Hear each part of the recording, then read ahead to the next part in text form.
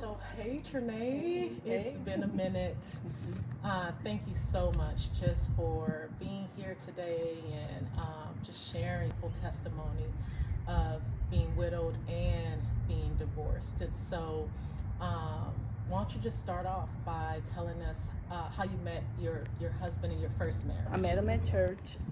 Brother told me that he had an interest in me, so I went up to him and asked him when he was going to take me on a date. And from there we started dating, got engaged, got married in 1998. 1997. Had our first son in 1998. So it was a lot of challenges up and down, two sinners coming together and just trying to understand things,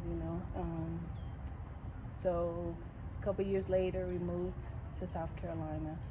Ryan didn't know how to cook or clean or anything like that. So, I was working full time, cooking, cleaning, taking care of the kids. So it was very challenging, In 2008, unfortunately, my husband and his dad was killed in a car accident. So I became a widow. From the age of 1, my oldest son had started showing signs of autism. So, shortly after the funeral, we got official diagnosis with him having autism. So now, I'm a widow, a single mom, and I have a special needed kid all by myself. No family, in South Carolina. So it was challenging. Mm-hmm. After becoming widowed, you have 2 kids. One has autism. And so what made you decide to remarry? My decision to remarry was mainly for my boys because I didn't want them to be raised without a father, the way I was. And of course I wanted somebody to help me, raise kids, a male figure. I eventually met a guy at work. And I, when I saw that he showed interest in me, I specifically, told him what my convictions are, and I did not want to marry somebody who was not with God, in right standing with God. So he started coming to church, and he studied the Bible, he got baptized, and shortly after that, we got engaged and got married. He was a great husband. I mean, he cooked, he cleaned, he did all the things that I would want as a wife. Me too. To help me. But we had some other issues that we had to deal with. A couple years into the marriage, we had to deal with the challenges, and they just was not getting dealt with. So I started praying for God to remove all the demonic forces out of our home because I knew that the enemy was busy.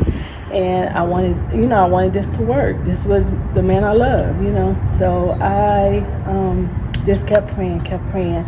And I specifically asked God, should we separate? I said, God, you got to show me, what to do. How does this work, So shortly after that, got a call, my house was burning down. So a house burned down. A couple of days later, I went ahead and separated. We stayed separate for a year. So as our house is getting rebuilt, we trying to work on our marriage and get things together. Once the house is rebuilt, we move back together. Our house is finished, we move in, we start things from scratch. And shortly after that, same challenges come. I kept praying, God, what do you want me to do? I want to do whatever you want me to do. I'm in for the win, but if it's not meant to be, then let me know. So God showed me it was time for a divorce. Mm-hmm. So in 2019 we separated. 2020 December I started filing for a divorce. Mm-hmm. Submitted the paperwork January 2021. February 2021 I was divorced.